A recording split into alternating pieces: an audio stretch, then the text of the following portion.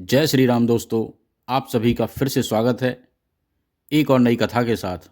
और मैं भगवान से प्रार्थना करता हूं कि आप और आपका परिवार हमेशा स्वस्थ रहे, मस्त रहे। तो दोस्तों, आज हम जो बात कर रहे हैं हनुमान चालीसा के लिए। हनुमान चालीसा के कितने फ़ायदे हैं आप तो जानते हैं, और आपने सुना भी होगा कि जब हम छोटे बच्चे थे तो हमारे माता पिता हमसे कहा करते थे कि बेटा, अगर डर लगे तो हनुमान चालीसा पढ़ लिया कर, तुझे कभी डर नहीं लगेगा। तो आइए आज हम बात करते हैं इसी के फायदे। आध्यात्मिक बल। कहते हैं कि आध्यात्मिक बल से ही आत्मिक बल प्राप्त होता है, और आत्मिक बल से ही हम शारीरिक बल प्राप्त करते हैं।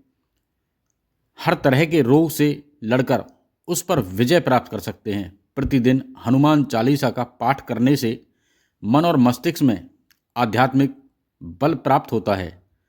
हनुमान जी को बल, बुद्धि और विद्या के दाता कहा जाता है। इसीलिए हनुमान चालीसा का प्रतिदिन पाठ करना आपकी स्मरण शक्ति और बुद्धि में वृद्धि करता है, साथ ही आध्यात्मिक बल भी मिलता है। मनोबल बढ़ाती है हनुमान चालीसा। नित्य हनुमान चालीसा पढ़ने से पवित्रता की भावना का विकास होना होता है, हमारा मनोबल बढ़ता है। उल्लेखनीय है कि जनता कर्फ्यू के दौरान घंटी या ताली बजाना या लॉकडाउन के दौरान दीप जलाना, रोशनी करना, यह सभी व्यक्ति के निराश के अंधेरे से निकालकर मनोबल को बढ़ाने वाले ही उपाय थे। मनोबल ऊंचा रहेगा तो सभी संकटों से निजात मिलेगी। हनुमान चालीसा की एक पंक्ति है, अष्ट सिद्ध नवनिधि के दाता, असवर दीन जान की माता। नंबर 3, अकारण भय व तनाव मिटता है हनुमान चालीसा पढ़ने से। हनुमान चालीसा में एक पंक्ति में, भूत पिशाच निकट नहीं आवे, महावीर जब नाम सुनावे, या सब सुख लेहें तुम्हारी सरना, तुम रक्षक काहू को डरना।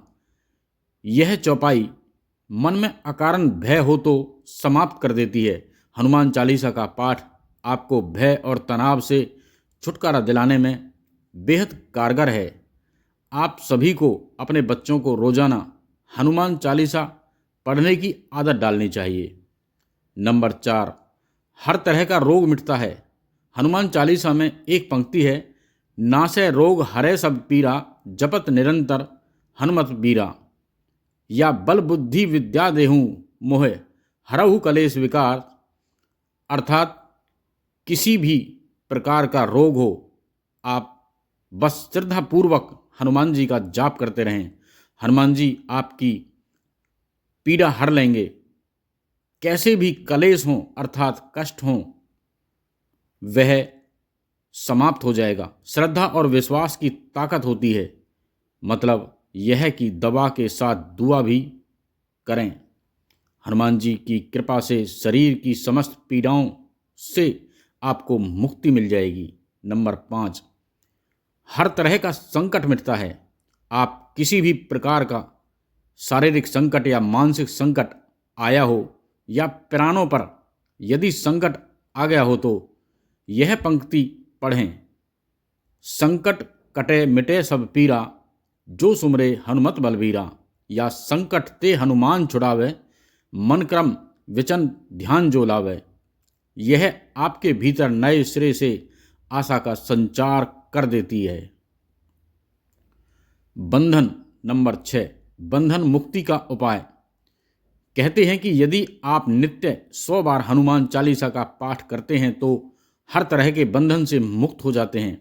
वह बंधन भले ही किसी रोग का हो या किसी शोक का हो। हनुमान चालीसा में ही लिखा है, जो 7 बार पाठ कर कोई, छूट ही बंदी महासुख होई।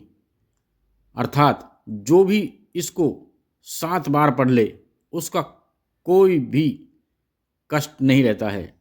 नंबर 7, नकारात्मक प्रभाव होते हैं, दूर इससे। मान्यता के अनुसार निरंतर हनुमान चालीसा पढ़ने से हमारे घर, मन और शरीर से नकारात्मक ऊर्जा का निष्कासन हो जाता है।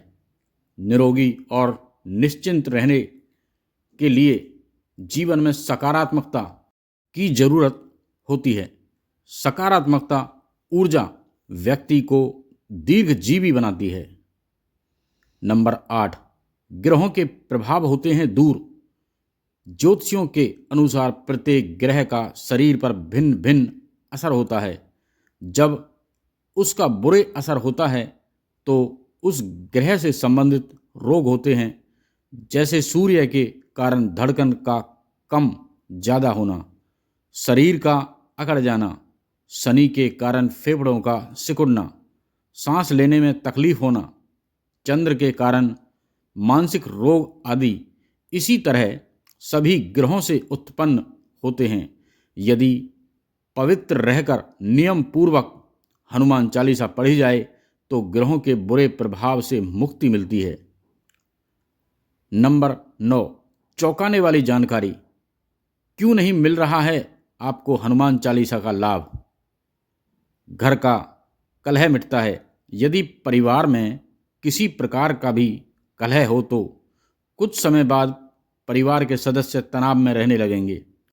नंबर 10, यदि आप नित्य हनुमान चालीसा पढ़ रहे हैं तो निश्चित ही आप धीरे धीरे स्वतः ही तरह तरह की बुराइयों से दूर होते जाएंगे। तो दोस्तों, नित्य हनुमान चालीसा पढ़ने से आप में आध्यात्मिक और आत्मिक बल और मनोबल बढ़ता है। तो आपको कैसी लगी ये कथा?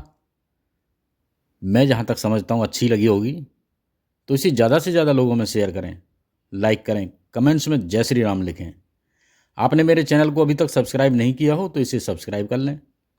तो फिर मिलते हैं एक और नई कथा लेकर के। जब तक के लिए जय श्री राम।